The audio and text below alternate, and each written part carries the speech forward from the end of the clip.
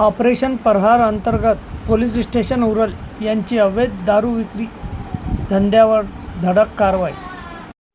माननीय पोलीस अधीक्षक अकोला श्री अर्चित चांडक साहेब यांचे संकल्पनेतून ऑपरेशन प्रहार अंतर्गत आज दिनांक 21 जुलै 2025 रोजी पोलीस स्टेशन उरल हद्दीतील ग्राम मोरगाव साजिदन येथे योगेश सोळंके हा त्याचे राहते घरात देशी दारूची विक्री करत आहे अशा खात्रीलायक बातमीवरून कारवाई करण्यात आली असून देशी दारू विक्री करणारा इसम नामे योगेश गजानन सोळंके वय 24 वर्ष राहणार मोरगाव साजिदन तालुका बालापूर जिल्हा अकोला यांचे घराची पंचासमक्ष पाहणी केली असता त्याचे जवळून एका खाकी रंगाचे खोक्यात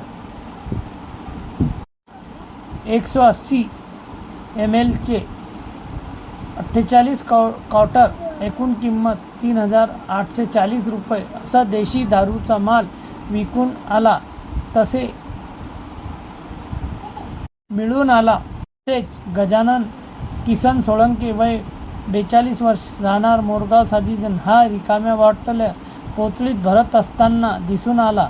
त्याच्या पोतळीची पाहणी केली असता त्यामध्ये 145 देशी दारूच्या रिकाम्या बॉटल मिळून आल्या। रिकाम्या बाटली एकूण किंमत 725 रुपये असा एकूण 4565 रुपयेचा मुद्देमाल जप्त करण्यात आला आहे।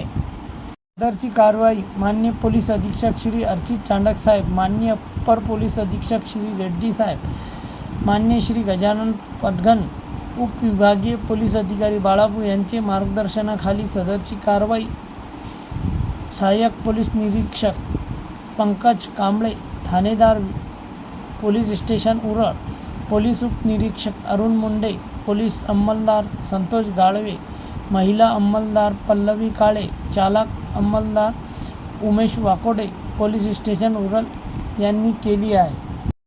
आणखी नवीन व्हिडिओ पाहण्यासाठी आमच्या देशमुख एक्सप्रेस न्यूज चॅनलला सबस्क्राईब करा, लाईक करा आणि शेअर करा।